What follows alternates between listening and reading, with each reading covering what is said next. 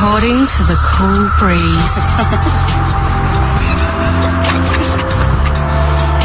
Here we go. Come on, any time. This is the book title, black and white, journalist? The Taylor Diaries. And this is a reference to... Herald Sun wouldn't like you doing this. They actually like it. Tuesday, January 30, and you get reflective. And just set it up, a little bit of background. It refers to a night in 1989.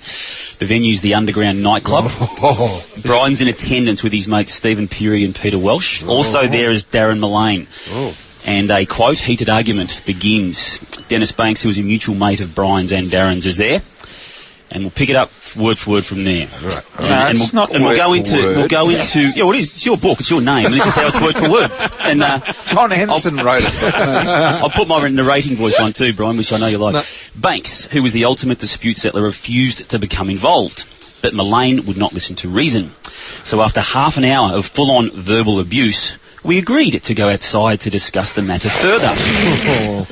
We were unable to resolve anything outside, so I decided to take the situation into my own hands. Changed words. Brian, I walked towards Millane and threw a punch that connected with his face. He appeared stunned and staggered backwards before he came at me. We traded punches for the next couple of minutes, with Banks acting as a referee. And I noticed that if anyone had tried to stop it, Banks would have dealt with them. It was only the sound of police sirens that broke the fight up. The next training night, Millane approached me to try and straighten things out. He didn't apologise, but he stressed that as we were teammates, it would be easier if we got along. I had a black eye.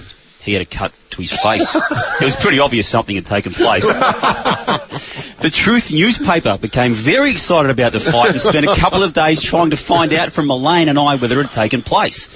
I totally denied having been involved in any form of fracas, and I quickly rang Banksy to tell him the papers were onto it. He passed the word on to Millane, so he got our stories straight, and the Truth was left without a front-page story that would have caused a lot of trouble for the club. The incident led to Millane and I understanding each other better, and it was a blessing in disguise. All's well that ends well, cool breeze.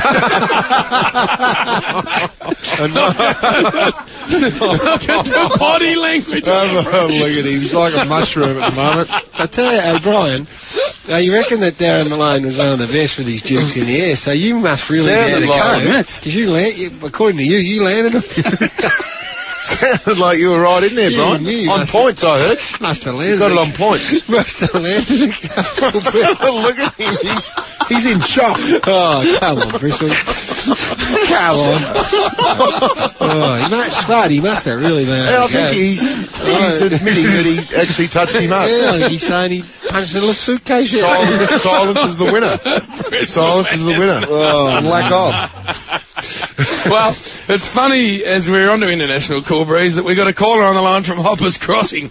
Jim joins us. How are you, Jim? Yeah, good afternoon, gentlemen. How are we today? Yeah, very, very nice to hear from you, Jim. Why are we hearing from you at this junction, please? Well, last weekend with no footy on, I had the opportunity to take the missus away. We went down to Daylesford for the weekend, and on the Sunday we just went for a little stroll down to the little trash and treasure market down there, and went past a little bookstore and managed to stumble across a copy of the Taylor Diaries and snapped it up for a bargain at $1.95, and certainly gives a good insight into BT's professionalism and sportsmanship back in 1990, and also possibly some disco exploits that the boys got up to back then. Disco. But if I can, I'll give you a little passage. He's got to do his own reading. We've already Jimmy's got a passage reading. Exaggerated reading. Come on, Jim, go. Brian's taking the headphones off. Saturday, August 4th, 1990. Met St Kilda at Victoria Park and flogged them by 68 points.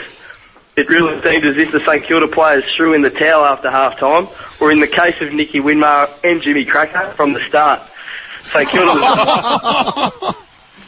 was a disgrace and appeared to have lost the plot. After a few drinks at the club, Michael Christian and Craig Kelly headed to the Chevron nightclub to judge the Penthouse Pet of the Year competition.